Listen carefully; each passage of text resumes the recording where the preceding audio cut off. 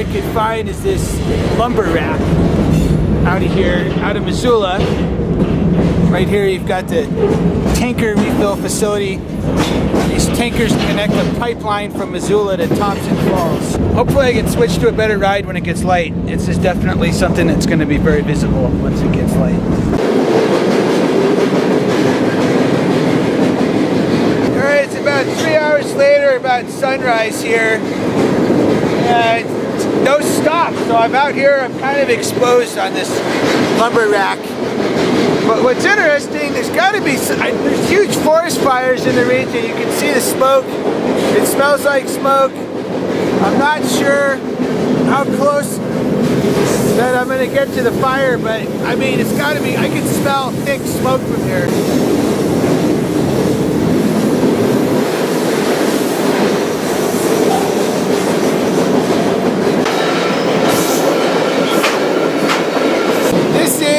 Crazy. I've never been this close to a forest fire. I don't know if the train is going to go through the fire, but the smoke is like, it's almost unpleasant right now. It's super strong smell. I'm kind of surprised the train is still going at full speed through here. I mean, the visibility is just not, it's down to definitely under a mile.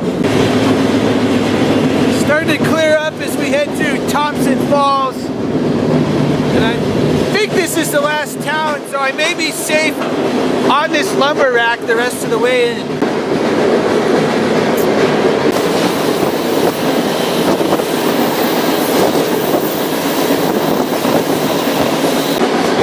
Doesn't get better than this. Does not get better.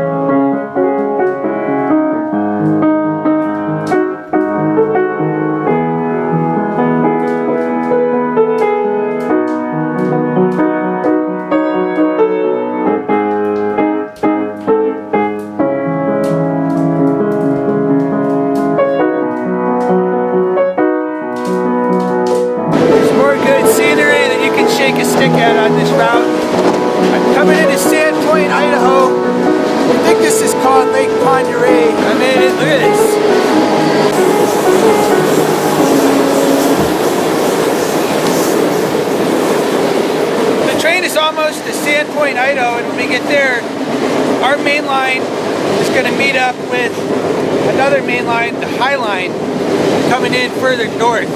So then we'll have a bunch more trains to see. And then from there, it's just going to be about another 40 miles to the crew change of Hauser.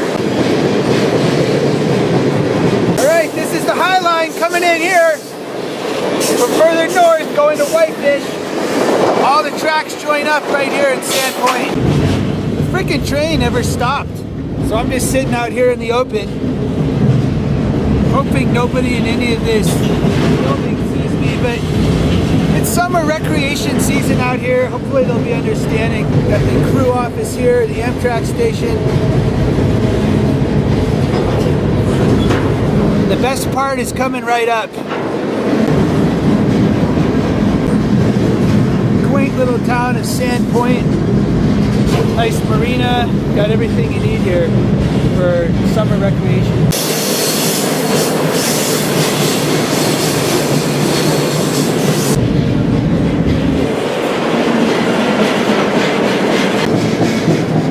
As you can see, you got this trestle. Look at that. That's an easy dive into the water from here. No guardrail. And one of these days, I'm going to do this. Look at that. Amazing.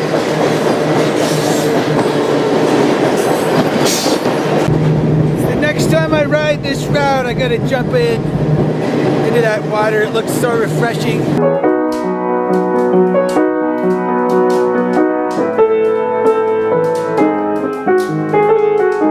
Alright, so the train is approaching Hauser, which is this big old yard kind of just out here in the woods.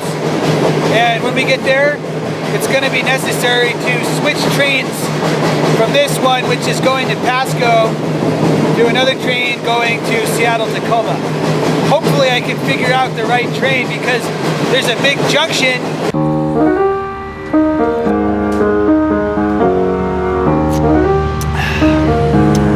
Alright, just safely got off the train in Hauser, Idaho. There it is right now. It's pulling a little bit more into the yard. I just kind of got off out here because I saw some workers. So what you've got here in Hauser is a pretty substantial fueling station with maybe a little bit of switching yard too. It's really not very close to anything, which is frustrating. It's by Rathdrum, Idaho. And it's maybe, that's a tiny town. And it's got some kind of county road level road coming in, but it used to be in Spokane, and that's a lot better because that's a big city.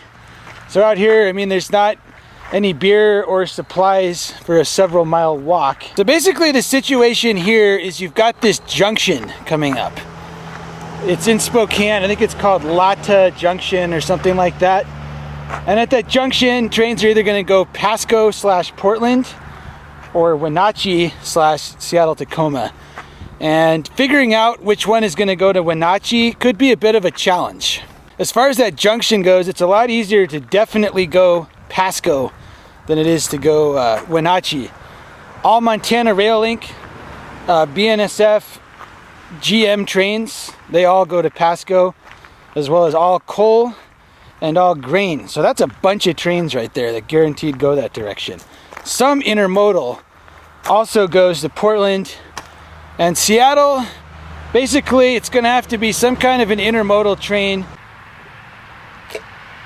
So, the Port of Seattle and Port of Tacoma, you've got Hanjin, China Shipping, Hyundai, Costco. There's a couple other ones. Portland does not have Hyundai, but it's got Hanjin, and I think it's got a few of the other ones. So, the only certain train that's going to go the right direction for me here is going to have a bunch of Hyundai cars on it. And that honestly might not be even one a day. So there's a good chance of having to gamble on something that's just got Hanjin, China Shipping, that kind of containers on it. And it may or may not go the right way. And look what's pulling in here about 2 hours after I got here. We got a train with a bunch of Hyundai and a bunch of Evergreen containers. Looking at the containers, we've got Yang Ming. A lot of. Further up there's a bunch of Hyundai. We've got Costco, which is China Ocean Shipping Company. I'd also like to point out that while I've had good luck today, assuming this is the right train, you could definitely be here, 12, 18 hours waiting for a train that's got the right look for the Seattle Tacoma. So just because it worked out this time doesn't mean on another day you couldn't be here 24 hours looking for this thing. And now we arrive. There's only one set of rides on the whole train, almost SOL. We call these Viking ships. They kind of look like a Viking ship, if you can see.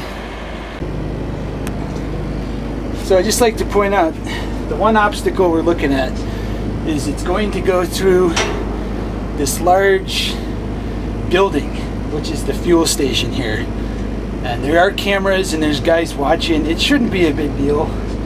Alright, so the engines on this train right now are at the fuel station. And the thing about this fuel station is that it's like a huge barn, a big metal barn building, and it's enclosed.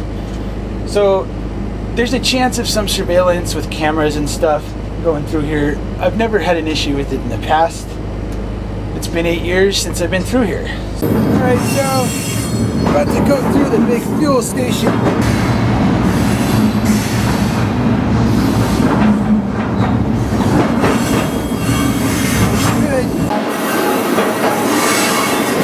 Alright, so the train is approaching the junction in Spokane. Right now we're just in the very east sector of Spokane. And I'd just like to point out, when you're gambling, whether it be at the casino or on a train, I've always found that my luck improves. I drink more beer.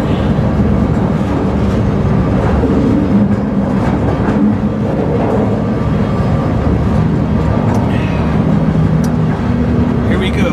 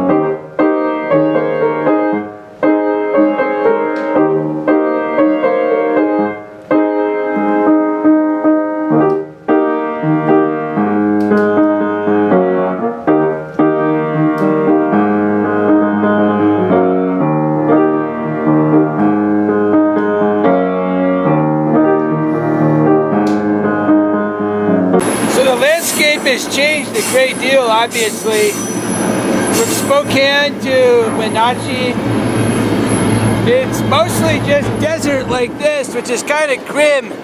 It's super hot. There's not any water. This is the kind of place where you could have an actual real problem if somehow you got stranded off the train. There's rattlesnakes. There's zero moisture ever in this region.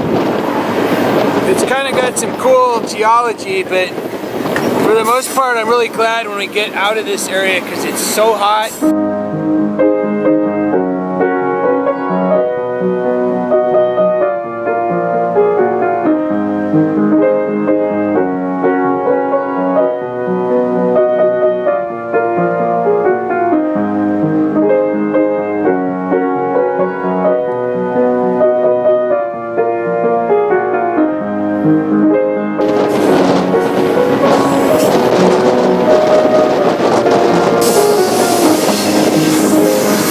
I'm not going to complain about this.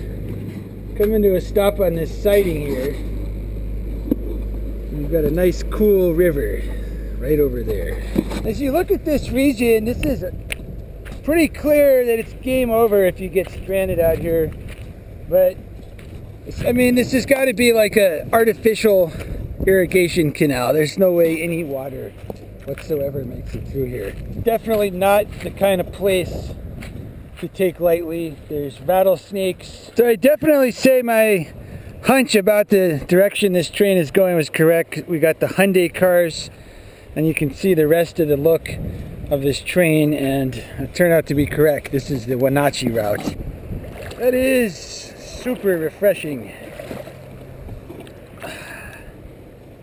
Gotta be positive that the train doesn't start moving. It's not a fact that because we stopped on a siding that means we're waiting for another train. That is not a fact. This train can start moving at any second.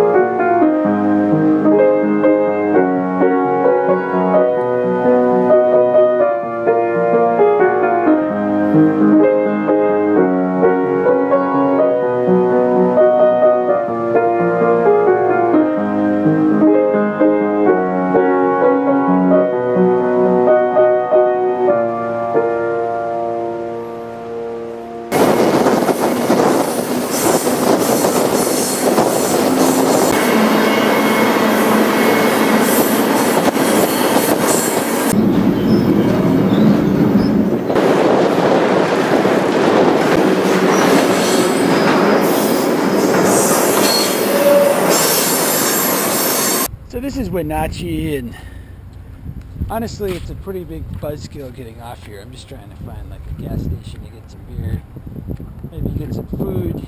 It pretty much looks deserted, so far it gets a thumbs down for me. So just as some general commentary, I'd say that I'm finding fewer and fewer reasons to get off the train in any of these smaller towns in America, because you're just finding the same thing everywhere. Just everybody has moved out of town, and there's not a cool restaurant, there's not a place to get beer. It's really frustrating.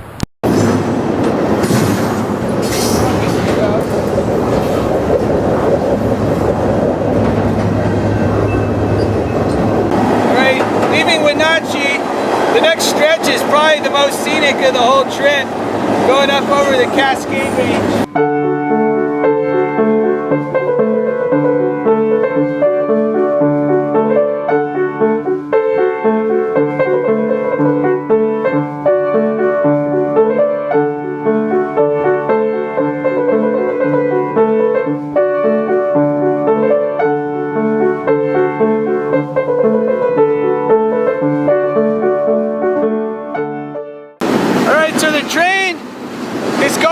Probably one of the most dramatic spots in the United States. Way up here in the Cascades now, I'd like to just point out one of the nice attributes of the Pacific Northwest that's pretty much more here than anywhere else is going to be nice, fresh berries growing around. You could almost definitely camp out up here. There's a lot of sightings and a lot of places where the train goes slow, like right here. Additionally, lame as it is, there still is a road somewhere through those trees. I think it's Highway 2. The presence of berries makes the Pacific Northwest, honestly, maybe tops. Because just about anywhere you get off the train, be it down in Seattle or you've got a ton of blackberries, or up here, you've got definitely a good chance of finding something yummy like this. I don't know what exactly this genus is. It's not a raspberry, but it's similar. It's delicious. We're getting close to the Cascade Tunnel, which is a 7-mile-long tunnel up here. I'd say this is probably the most scenic run in the United States as far as just the dramatic nature of these mountains. They're super tall on both sides, and somehow they got the track through here.